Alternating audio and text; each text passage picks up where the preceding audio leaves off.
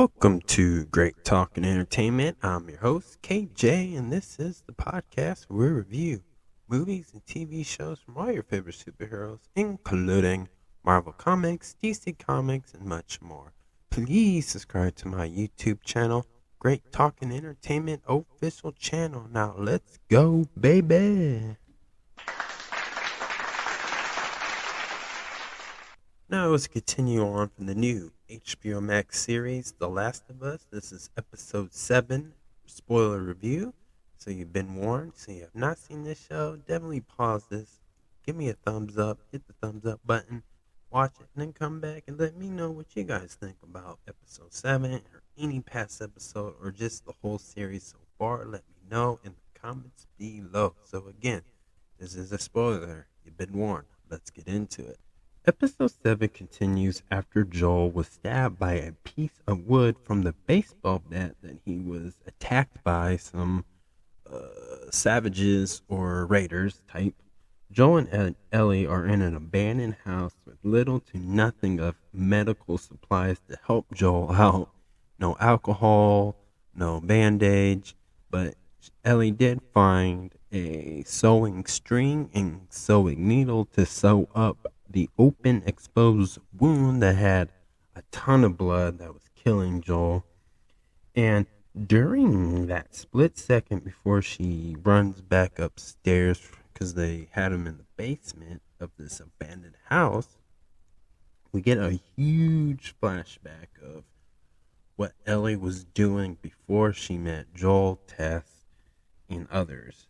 And obviously we see the beginning of her. So this is like a few months after the outbreak of this fungus, and she was already seeing some horrible things. She's locked up in a correction facility type, but just abandoned buildings of just trying to teach young kids to teenagers to young adults who are about to have a role of being like an officer or maybe, burying dead bodies or whatever part to do to live in this new civilization of how people are living in certain the quote unquote safe zones. But also we meet a new character named Riley, who is her best friend. During that time period, Ellie was ready to join the officer squad because even though she's been causing a lot of trouble and she's known for a bad attitude, and we see that she gets in a confrontation with another fellow woman or girl who is, picking on her, making fun of her, trying to take her Walkman, and talking smack about her friend Riley, which ends up into a fist fight. And she gets in trouble. But this correction officer was like, was just tired of it. Was trying to get her to realize that, hey, things are about to change.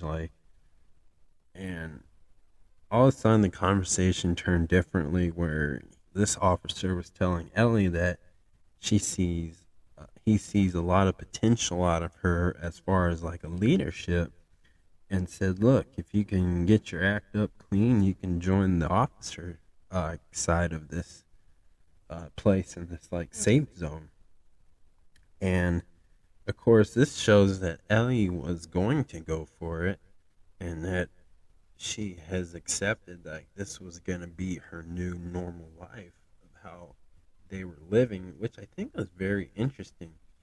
From what we've seen Ellie from obviously like episode 1 through now, you would never expect of Ellie being that type of person to be eager.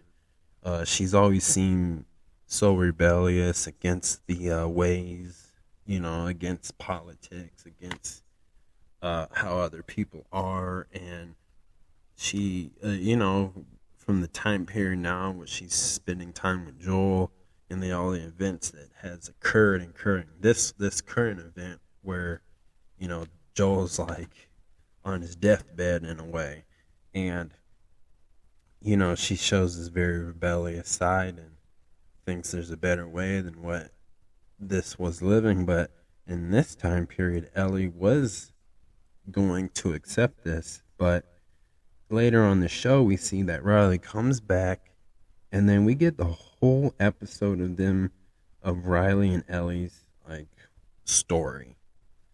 And it's basically just two girls, having fun in an abandoned mall scene.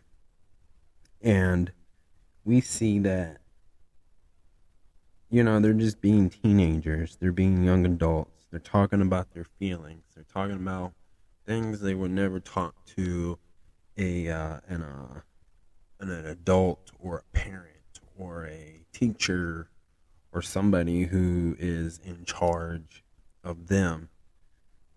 Just typical teenager stuff. And this was kind of like a Breakfast Club, any teenage show like Riverdale type, Full House type conversations with teenagers, talking amongst their peers, basically, but more in a post-apocalypse of this affected fungus that has taken over the world, basically. So we see that, in there, they get on this like merry-go-round and they're just having fun. They're trying on clothes. They're wearing like scary masks. They're dancing to one of Ellie's favorite songs by what's the band called?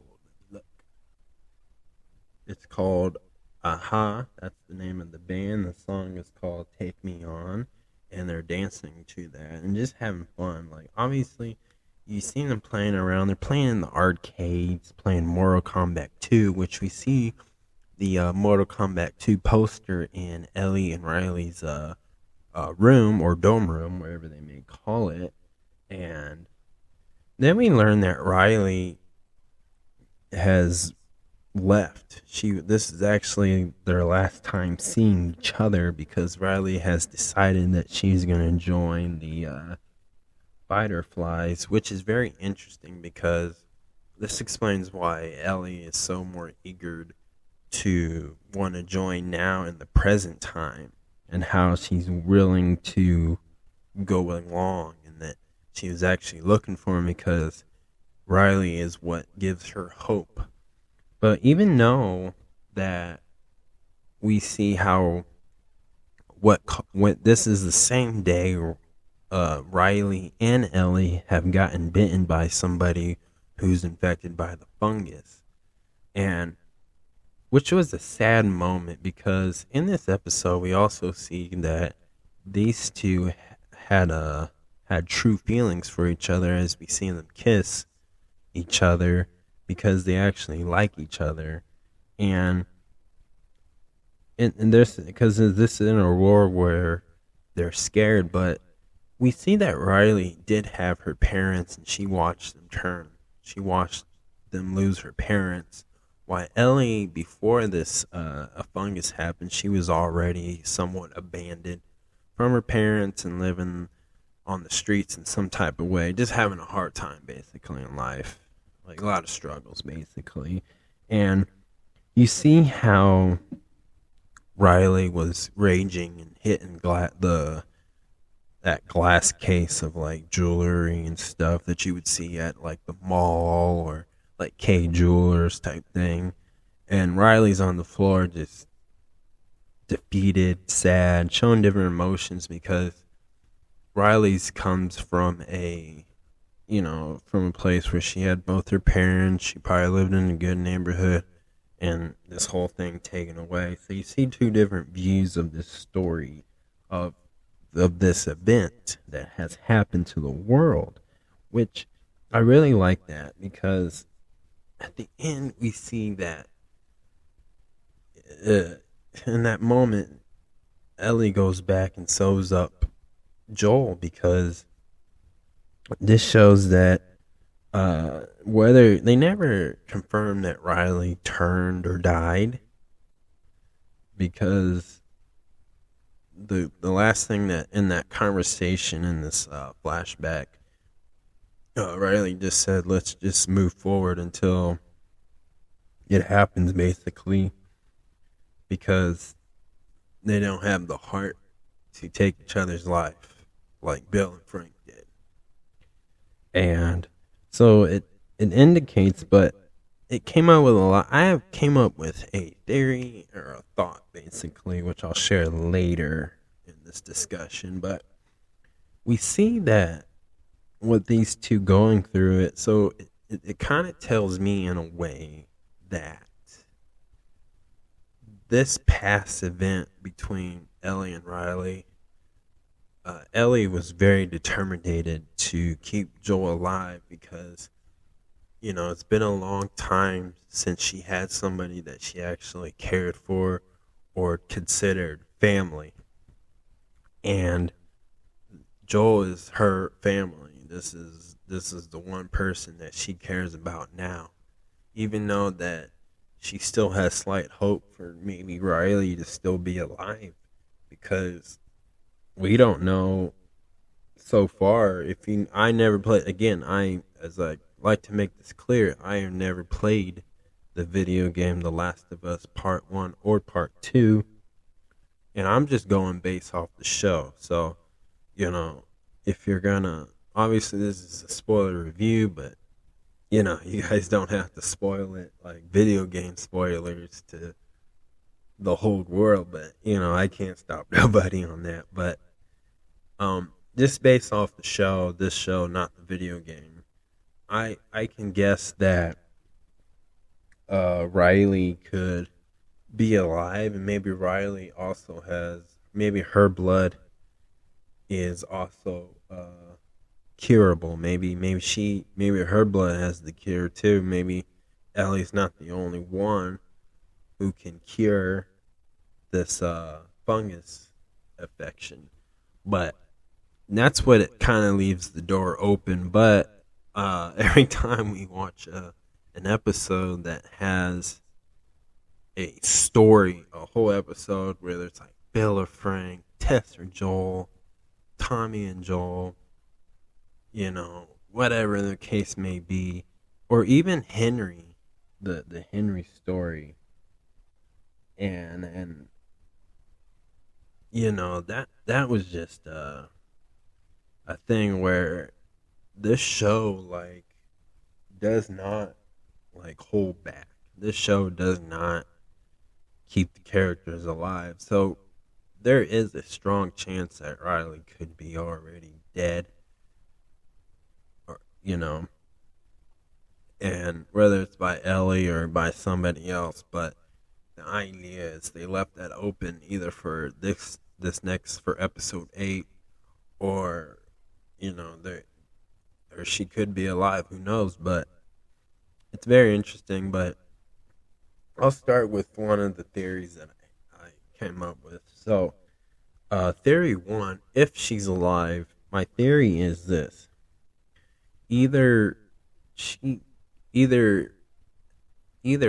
and Riley are the few people in this world that their blood could be the one that helped come up with the cure to overcome this a fungus, or maybe Riley is the right person, and Ellie was just lucky enough to get some of it. But then again, I know that Ellie tried that with the little boy Henry, and obviously it didn't work. But it just shows that it could go that way. But that'd be very interesting to see if Riley and Ellie were the two people that could be the cure for this. So that's one of them.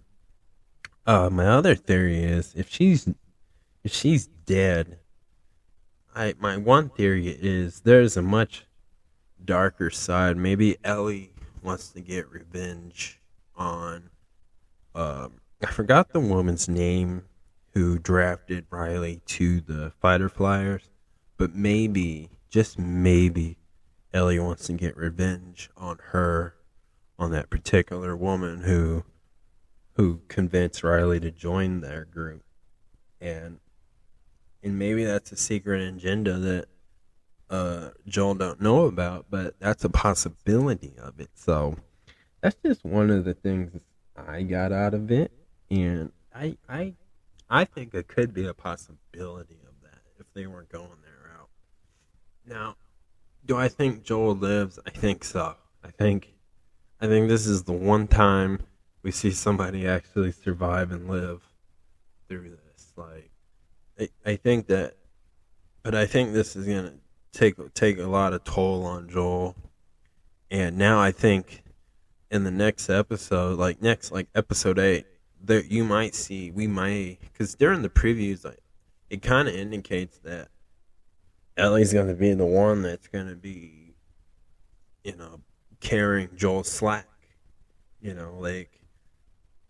Joel's gonna try to do heroic things and try to push forward, but with the wound that big on his stomach, any dangerous or intense event that could reopen up that wound is dangerous for Joel. So it looks like Ellie's gonna have to be one to be again carrying up the slack, which is gonna be a very interesting dynamic view of it because we never really seen that side of Ellie. And episode 8 is kind of, indicating to that. But again, we'll see Joel do some heroic things, of course, but we're going to see a wounded Joel, a Joel that, has a little bit of limitations. This is the Joel where, Ellie has to step up and be the one to protect him now, just until he heals up enough, however long that may take. So it's a lot going on, but I definitely really enjoyed this episode. Again, I'm still leaning towards that Riley is still alive, and I think there's a bigger, more story to this thing between Ellie and Riley when it comes to the fighter flyers, because I think we're finally going to start seeing or discovering more information about them. So I'm definitely still going to be that, and I definitely think that Riley is. I think Riley also knows that Ellie is the cure for this affected fungus, and I think she's gonna be the one to try to kidnap her, and they be the one to save it or use it for whatever reason the firefighters want to use this to, quote unquote, rechange the world again. So definitely be interesting to see. So 1 out of 10. I'm giving this episode a straight 10. It was a great episode, just seeing a little bit more of the history of Ellie during one period of time of this post-apocalypse, and I really enjoyed this episode. I think the whole cast did an amazing job. I really liked the cinematic photography within the mall, and I really like how, they were just showing, like, Ellie being a fan of, like, the No Pun Intended book, Starlight comic book, her being a fan of Mortal Kombat 2, or just being a fan of arcade games, just like any other teenager or anybody who loves going to arcades like myself just enjoys. And obviously the classic merry-go-round was a great touch on this story, so I definitely enjoyed this, and I can't wait for episode 8. So thank you for my review. Please subscribe to my YouTube channel, Great Talking Entertainment official channel. Subscribe, hit that notification button so you can always be updated with all my latest content. Thank you and peace.